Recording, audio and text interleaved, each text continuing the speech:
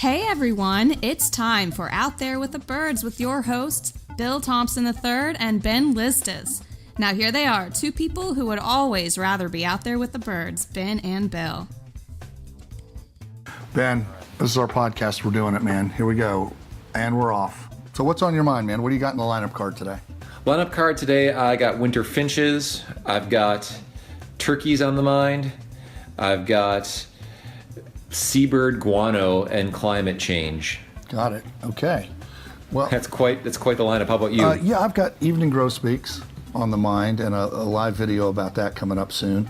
I've got Cat Wars on the mind. I'm going to be interviewing one of the authors of that new book, Cat Wars. About the feral cat issue. So that's going to be coming up. And I've got the Honduras Birding for Conservation tour on my mind. It's an afterthought, but it's coming up. And then I've got India on my mind too. So Of course.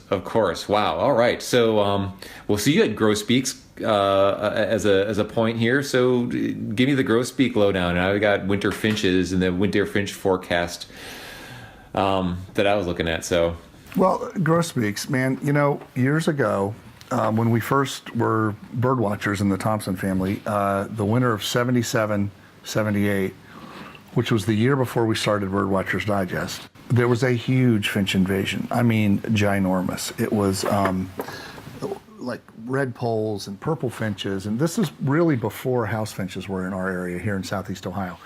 Huge finch invasion year, and like literally hundreds of evening grosbeaks that would descend upon our back patio feeders and just vacuum up the sunflower seed. And somewhere in the pictures at my mom's house, there's a picture of me in my winter coat with a cowboy hat, and my dad dumped a bucket of bird seed on me, and I sat still out there. So somewhere out there is that picture of me with grosbeaks all over my body and head. I'd love to find that picture at some point. I probably need to go. We've got to find that and put it up on the website. Yeah. I had a report from a good friend of mine who's a birder here in Ohio. He saw some evening grosbeaks, heard them going over, played the recording, and they came down and he got pictures of them. I would love to have evening grosbeaks again. Yeah, this year, just a couple weeks ago up in central Ohio. So okay. I think it might be a grosbeak year. We've got indications that the nuthatches, red-breasted nuthatches, are coming south this winter. I think the seed crop up north must have failed kind of miserably, so these birds are pushing south. And I believe that our live Facebook video this Friday for Watching Backyard Birds, which people can see if they go on Facebook. Of course, this might come out after that, but every Friday we try to do a live video for Watching Backyard Birds, our sister publication to Bird Watchers Digest. And this Friday, I'm going to be talking about how to get ready for evening grosbeaks, because they don't want to come to a hanging seed feeder. They only like a big, flat platform feeder that they can use. So if you want, that's good to know. Yeah, if you want to be ready for evening grosbeaks, you got to have some seeds spread out for them, like on your deck railing or I'm going to put a piece of plywood on a cinder block because I'm so fancy. So that's my grosbeak stuff. So, you know, I was just looking into this winter forecast, the finch forecast thing. There's a gentleman out of Ontario, Ron Pittaway, who is known for being accurate on his finch forecast, sort of the Nate Silver of finch forecasts, if you will. Right. And, you know, based on the cone crops that they're seeing up in Canada. And from what I've read is that this year is supposed to be a bad year for pine and evening grosbeaks and white-winged crossbills coming down south here. They're going to, from what Ron says, they're going to be staying up north because there are good crops of these evergreen cones, though red-breasted nuthatches, pine siskins, and purple finches are supposed to be good. So, you know, and I've heard his track record is pretty good. The folks at Cornell and eBird were talking about it, and so I guess we'll see just what happens here. But certainly we've seen the nuthatches already, right? No, big time, yeah, and heard them. That had one on our feeder today. We've had one probably for a month and a half on our feeder. Yeah.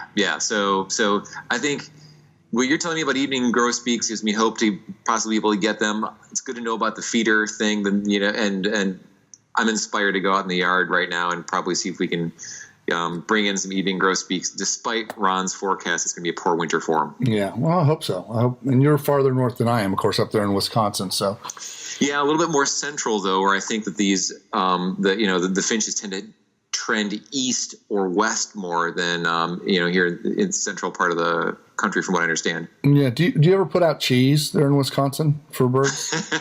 Only finely aged cheeses, and we find that they prefer the Goudas as opposed to the Cheddars. So. Oh, really? I would have thought the squeaky brand new cheese curds would have brought some birds in. Yeah. So. All right. I need to know what you're thinking about this whole guano thing, man. Well, it's pretty interesting. So there's a journal called Nature Communications, and they published a paper recently, and essentially there's a study that has been done, and up in the Arctic there's ammonia emissions coming from seabird guano.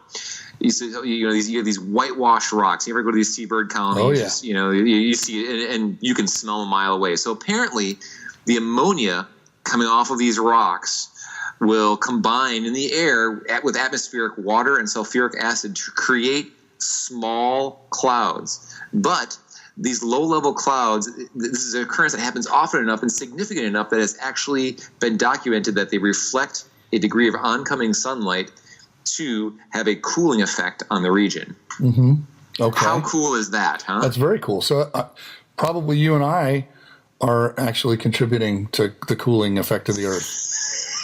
How so, Bill? Well, I wouldn't want to put a specific on it because I'm not a scientist, but yeah. It gives me hope that birds are the way that we might be able to kind of counteract some of this climate change thing. I'm not really holding a lot of hope on that, though. Right. Okay. Well, that's cool. I like it. All right. And so I'm going to be interviewing this guy, Peter Mara, about cat wars coming up. And this is a podcast episode I'll probably record on Monday, the 28th, but I won't get it edited up until maybe sometime in the new year. But, this book, Cat Wars, he co-wrote it with Chris Santella, who's a friend of mine who's written a bunch of books like 100 Places to Go Birding Before You Die, or 50 Places to Go Birding Before You Die, 50 Places to Play Golf Before You Die.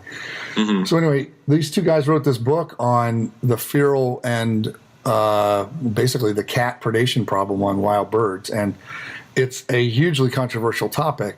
Yes. So I don't want to get too deep into that here, but I'm looking forward to talking to him and finding out what the inspiration for the book was. I'm sure you've seen it where you live, and I've seen it not just, here in Southeast Ohio, but other places I've been where there are feral cat colonies that are basically magnetic death traps for birds. They, a bird that lands anywhere near one of these things, cats are natural gifted hunters and predators, and they can really wreak havoc on wild bird populations, and not just birds, but mammals and amphibians and things like that. So this is a problem that seems to have a solution, but it's a very, very touchy subject because there are people who believe that cats are quote unquote part of nature, even though they're not a native species for this continent, this part of the world.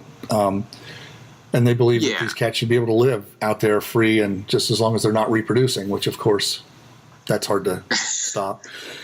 So it's going to be very interesting. I guess this has sparked quite a bit of controversy and some, almost even threats of trouble. So I'll be interested to talk to Peter Mara about his new book, Cat Wars. Yeah, that would be fascinating. It's interesting.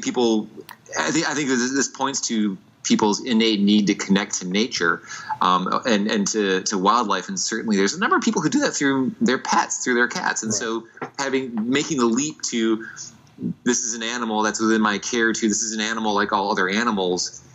I can understand how that happens, but certainly with a fundamental understanding of biology and ecology, and if you're a bird watcher who gets out in wild places, real genuine habitat, you kind of see a little bit different perspective on that. But that disconnect there really seems to be at the core of a lot of this controversy. Oh, yeah. And, if you have a feral cat on your property and it's not a neighbor's pet and you trap it and you take it to the Humane Society or to the, animal shelter, in many cases, they're already overrun with pets that are unwanted or feral animals that have been trapped and brought there. So it's not an easy solution. And I would recommend anybody who's got a cat problem. There are a couple of solutions that I've found work over the years. If you don't want to trap the cat, if it's a neighbor's pet that's hunting in your yard, the old super soaker squirt gun filled half with vinegar and half with water works great.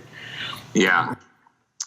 So yeah, the cat wars. It is one of those things where, for us people who understand birding, ecology, nature, it seems to be not such a controversial thing, but people are complex. Right. So. Right. And getting back to that, talking about people's relationships with their cats and with their birds, kind of bringing that back together with the Thanksgiving theme here. Oh, yeah, exactly. The Field Museum in Chicago just recently did a study, and they concluded that the turkey has been domesticated here in Mesoamerica for about 1,500 years by now. So one of the original house pets or domesticated animals was the turkey. And they had all that trap, neuter, and release stuff going on with those turkeys down there. They were because they were ripping up the cornfields, and people said, "Oh, but they're a native animal." That doesn't surprise me at all. My question is, if you've ever been to Tikal, and I think you have, and you've seen all the ocellated turkeys down there, which is the wild form, I believe, of the turkey that was domesticated. Those things have beautiful heads, but they're all warty and kind of weird looking. It makes you wonder, could anybody make that a pet? I think it was more like, let's grow some of those ugly things because they taste good. I think so. They did not use them in ritual practices as well. Right. So, you think about it, one of the few domesticated animals that they had in this part of the world at that time. Right. You look at where we're what we have today with cows, chickens, pigs. They're all coming over from across the sea. But in Mesoamerica, we pretty much had dogs and turkeys. Right. And, they developed actually a three-legged turkey down there because the guy who developed him, he liked the leg, his wife liked the leg, and his son liked the leg. And his neighbor said, "God, that's fascinating, three-legged turkey. How do they taste?" And he said, "I don't know. I've never caught one yet." Nice. Boom, boom. I got a million of them. I'll be here all week. Try the veal parm. So nice. I was just in Honduras, speaking of Mesoamerica, at the first ever Honduras Birding for Conservation tour, and had a great time. It was 8, I think, days of birding, and I was down there for a total of 10 or 11 days, I think. And fantastic place for birding. I'd never been to Honduras before. This was started by our friend James Adams at Pico Bonito. What a great lodge he runs down there. Yeah, he sure does. And so James wanted to try to put a highlight on birding in Honduras because Honduras is one of those countries that if you think about traveling to Central America and you check the State Department website, you'll be scared to death to try to go to a lot of these places, not just Honduras, but Guatemala, Nicaragua, Colombia. I had zero trouble down there. I had a really, really great time. The birding was amazing. In a lot of places, it was a little bit slow at times too, just like it is anywhere.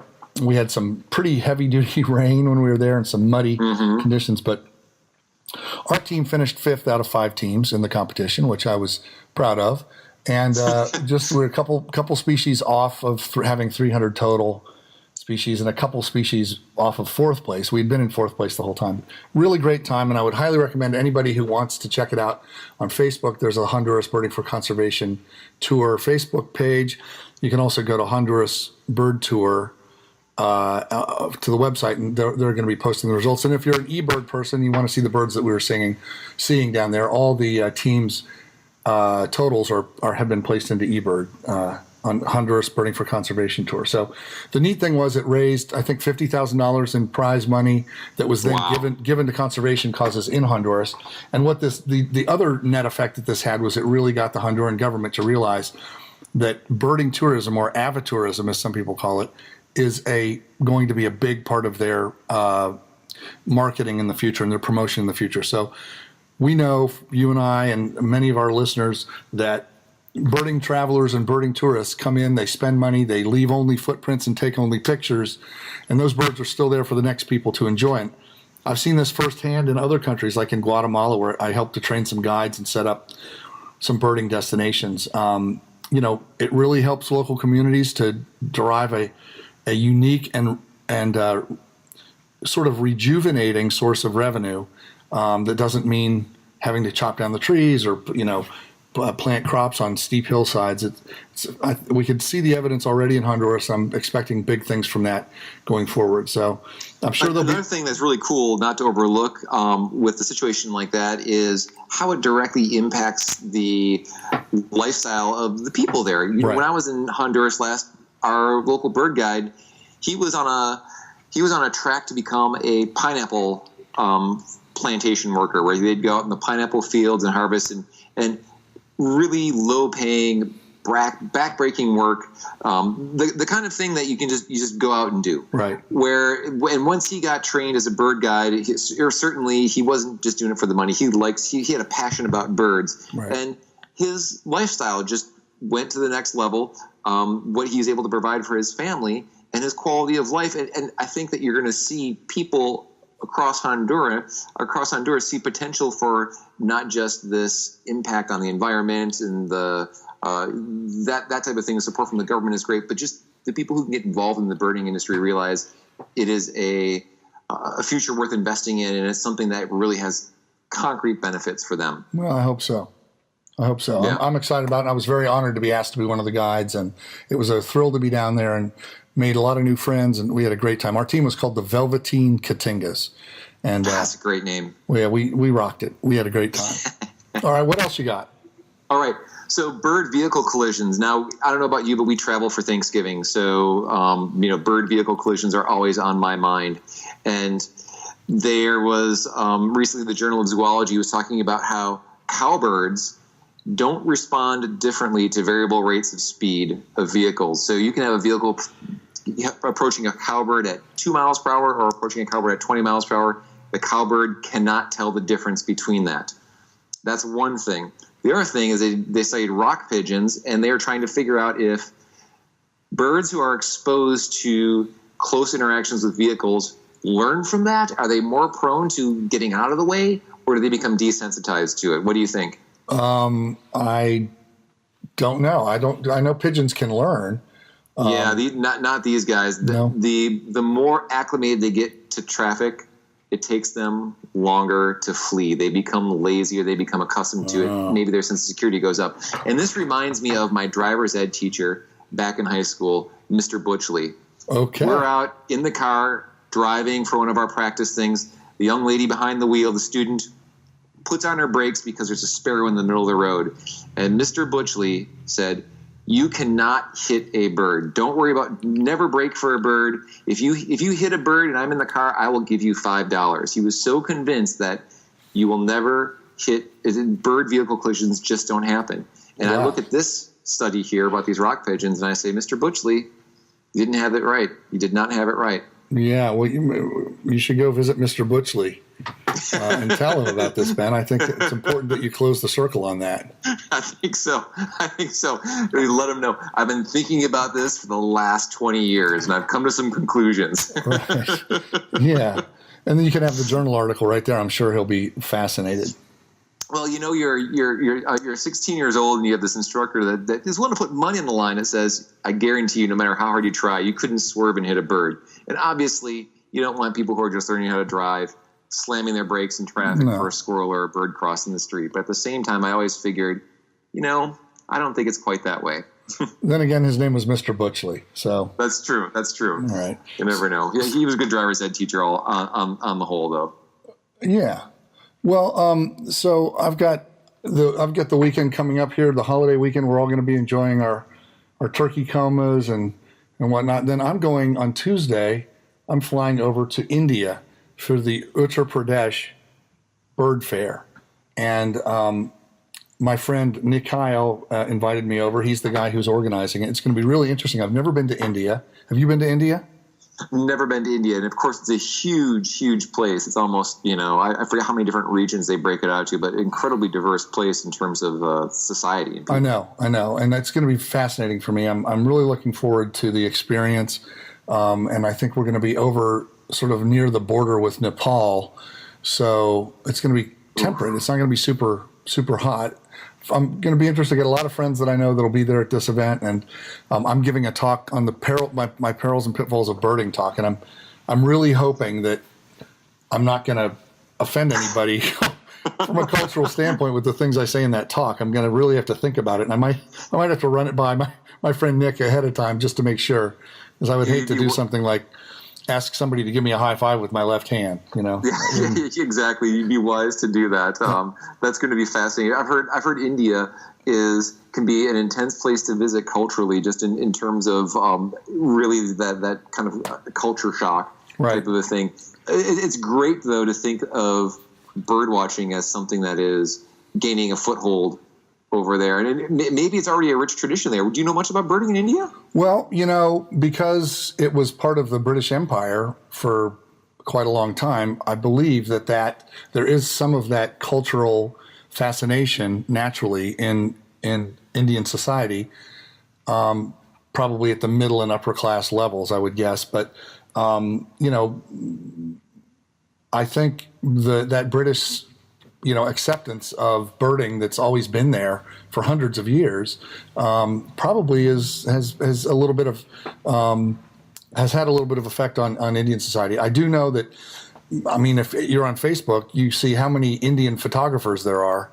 I think it's so that is hand in hand with bird appreciation and nature appreciation. Of course, India is a country that's blessed with all kinds of megafauna too.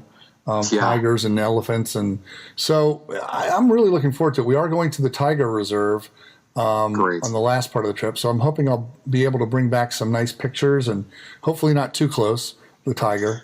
But I'm looking forward to it. And I'm looking forward to hearing about some of the birds you're seeing. And I'm going to be curious about what the finch forecast is in India. Yeah, I don't know. It's probably a little bit different than the finch forecast in Wisconsin and Ontario. Ohio. Yeah. All right. Hey, Ben, believe it or not, another 20 minutes of our life is gone and we're never getting it back, and neither are any of our listeners. But that's right. The good news is we've completed another episode of Out There with the Birds. And I think we're all richer for it. And be sure to have a great Thanksgiving, Bill. As you're driving to and from wherever your destination may be, watch out for in particular, the rock pigeons. And the cowbirds, they're very slow. Although I can't say I wouldn't necessarily swerve out of my way. No, I'm not going to say that. That's not nice. Yeah. In West Virginia, you're allowed to take home any roadkill that you happen to hit. Fascinating. So, a bad place to be a turkey this weekend. I suppose. Exactly. But hey, good luck to all those West Virginians out there who are going to be having one eye on the side of the road and the other eye on their dinner plate, right? I don't think you're allowed to chase deer up the side of a mountain to try and hit them. No? I don't think so. But you never know. Hey, man, thanks a lot. Have a great Thanksgiving. Hugs to the family, and we'll talk soon. All right, take care, Bill. All right, buddy. Bye. Bye. That's all for this episode. Tune in next time for more engaging conversations with Ben and Bill. Until next time, good birding, and we will see you out there with the birds. Bye-bye now.